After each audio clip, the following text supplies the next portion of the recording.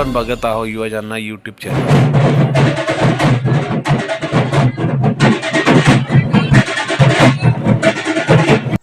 जालन्यात प्रभाग क्रमांक 10 मध्ये भाजपचे शक्ती प्रदर्शन, भव्य रॅलीने विरोधकांची हवा टाईट, चारही उमेदवारांच्या विजयाचा निर्धार। जालना महानगरपालिका निवडणुकीच्या रणधुमाळीत प्रभाग क्रमांक 10 मध्ये भारतीय जनता पक्षाने आपला जोर लावला आहे। शुक्रवारी दुपारी भाजपच्या वतीने प्रभागात काढण्यात आलेल्या प्रचंड प्रचार रॅलीला नागरिकांचा उत्स्फूर्त असा प्रतिसाद लाभला। या रॅलीमुळे आणि मतदारांच्या डोर टू डोर भेटीगाठीमुळे भाजपच्या पॅनलने प्रचारात मोठी मुसंडी मारली असून विरोधकांचे धाबे दणदणले आहे। प्रभागातील कानाकोपऱ्यात भाजपचा जयघोष होत असल्याने परिसर दुमदुमल्याचे दिसून आले। आजची ही रॅली शिषटेकडी, दहिकरवाडी, कैकाडी मोहल्ला, टट्टूपुरा, मुरंडी मोहल्ला, माळीपुरा, मिलन चौक आणि भगवान मस्जिद परिसरातून काढण्यात आली। यावेळी उमेदवारांनी मतदारांशी डोर टू डोर संवाद साधला। भाजपाच्या या संपूर्ण पॅनलला जनतेचा जोरदार प्रतिसाद मिळत असून चारही उमेदवार मोठ्या मताधिक्याने निवडून येतील असा विश्वास कार्यकर्त्यांनी व्यक्त केला। भाजपच्या उमेदवारांमध्ये प्रभाग क्रमांक 10 विजय बाबूराव पवार, प्रभाग क्रमांक 10 सौ रुक्मिणी सुभाष पवार, प्रभाग क्रमांक 10 कार्तिका मनोज इंगळे आणि प्रभाग क्रमांक 10 यामध्ये शेख नईम, शेख मोहम्मद असे 4 उमेदवार मैदानात आहे। यावेळी माध्यमांशी बोलताना उमेदवार विजय पवार म्हणाले की प्रभागातील नवनवीन वसाहतीमध्ये जिथे विकास कामे पोहोचली नाहीत तिथे रस्ते, पाणी, सांडपाणी आणि पतदिव्यांची कामे प्राधान्याने केली जातील। सुनील पवार यांनी लाडकी बहीण योजनेच्या संदर्भात सांगितले की महिला शक्ती पूर्णपणे भाजपच्या पाठीशी असून लवकरच नवीन योजनांची अंमलबजावणी होईल। उमेदवार शेख नईम यांनी सबका साथ सबका विकासचा नारा दिला। भाजपचे ज्येष्ठ नेते रावसाहेब पाटील दानवे यांनी मुस्लिम बहुल भागात दिलेल्या निधीमुळे जनतेत विश्वासाचे वातावरण असल्याचे त्यांनी नमूद केले। तर मनोज इंगळे यांनी मतदारांना आवाहन केले की प्रभागाच्या सर्वांगीण विकासासाठी भाजपच्या संपूर्ण पॅनलला भरघोस मतांनी विजयी करा। या प्रचार रॅलीने संपूर्ण प्रभाग भाजपमय झाल्याचे दिसून आले। रॅली काढलेली आहे, कसा प्रतिसाद मिळाला? उत्स्फूर्त परिसर आहे।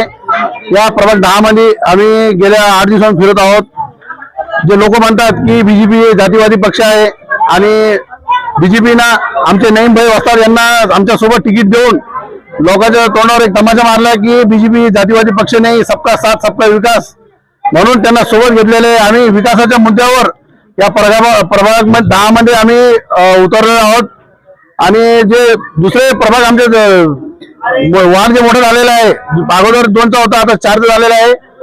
या विकासाच्या मुद्द्यावर तिकडे बी आम्ही काम करून निवडून आल्यावर निश्चितच सर्वांना आमच्या विकासाच्या कामाचं काम बघूनच मतदान करावा अशी विनंती मी सर्व प्रभाग 10 मधल्या नागरिकांना करत आहोत। प्रभागातील नागरिकांनी काही समस्या आपल्याकडे मांडल्या असतील, प्रामुख्याने काय समस्या जाणवल्या आपल्याला?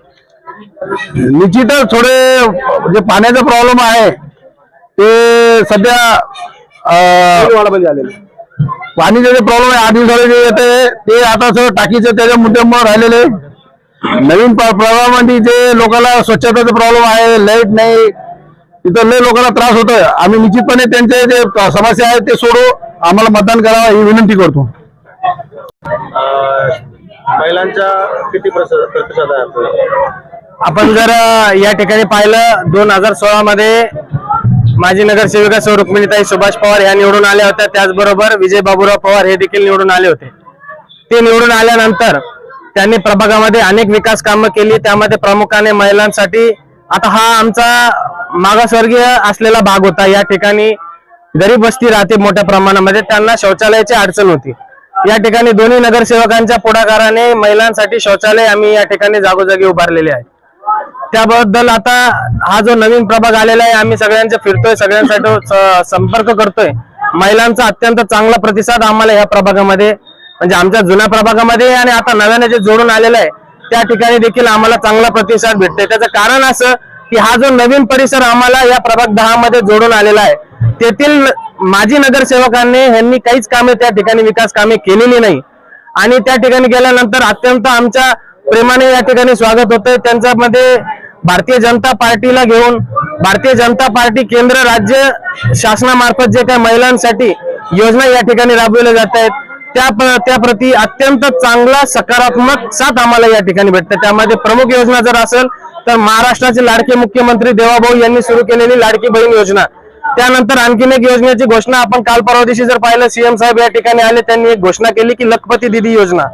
महिलांचे जे समूह आहेत बचत गटांच्या माध्यमातून त्यांना उमेद मॉलच्या माध्यमातून अनेक महिलांना त्यांचे जे काही बचत गटाच्या माध्यमातून साहित्य आणि वेगवेगळ्या ज्यांची निर्मिती ते करतात मसाल्यांचे पदार्थांची, उदाहरणार्थ यांचा ते कुठेतरी एक साठवणूक करून त्यांच्या मॉलमध्ये ते विक्री करणार, त्याचा थेट फायदा महिलांना या ठिकाणी भेटणार आहे। प्रभाग क्रमांक 10 मध्ये भाजपचं तुमचं पॅनल आहे, पॅनलचे पूर्ण उमेदवाराचे नाव आणि प्रभागाचा परिसर काय का? सर्वप्रथम सर्वांना नमस्कार। माझ्या प्रभाग क्रमांक 10 मध्ये विजय भैया पवार, अ मध्ये, ब मध्ये सुनील भैया पवार आणि क मध्ये मी स्वतः आणि ड मध्ये शेख नाईम भाई वस्तात। आणि केंद्र शासनामध्ये जो आहे सरकार भाजपाचे, तसे महाराष्ट्र सरकारमध्ये आता भाजप येणार आहे स्वतः त्याच्यामुळे महापौर भाजपचा इथं बसणार आहे, त्यामुळे सर्वांनी मतदान करावे भाजपला ही विनंती करतो। परिसर कोणता आहे प्रभाग 10 मध्ये? प्रभाग 10 मध्ये कसबा, मोरंडी मोहल्ला, शनी मंदिर, शीश टेकडी आणि आनंदी स्वामी गल्ली, कायकाडी मोहल्ला हा परिसर आहे। माळीपुरा, बरवार गल्ली, राजवाड़ा, टट्टूपुरा पण आहे। भाजपा ने आपके ऊपर बहुत बड़ी जिम्मेदारी दी है, सबका साथ सबका विकास, इस घोष वाक्य को उन्होंने सही ठहराया है और आपको उम्मीदवारी दी है, तो क्या लगता है आपको? मैं सब में पहले तो भारतीय जनता पार्टी का बहुत आभार मानता हूँ।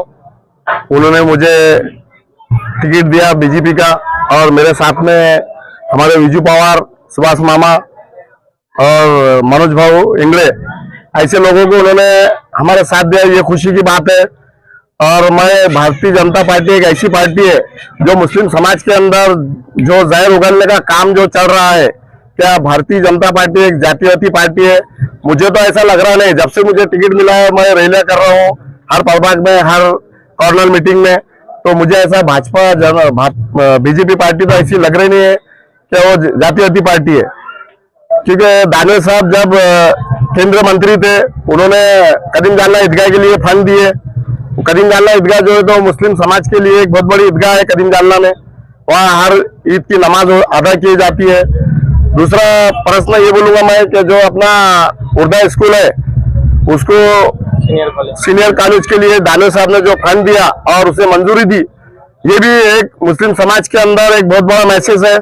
और तीसरा ये काम दिया उन्होंने, एक मेडिकल कॉलेज भी यहाँ पे, जब विरोधी पक्ष जब उसके मंत्री थे आरोग्य मंत्री, तो उन्होंने तो मंजूरी नहीं दी थी, लेकिन हमारे भाजपा जनता पार्टी के नेता राव साहब दानवे पाटिल ने यहाँ पे मेडिकल कॉलेज की मंजूरी दी है। बाद में हमको तो रिस्पांस तो बहुत माशाल्लाह बहुत एक नंबर मिल रहा है सबसे, सब नागरिकों से। अभी हम यहाँ से अपना शीश टिकरी, सैयद नगर, भेड़गढ़वाड़ी, कैकाड़ी मोहल्ला, टट्टूपुरा, मालीपुरा, बाजार चौकी,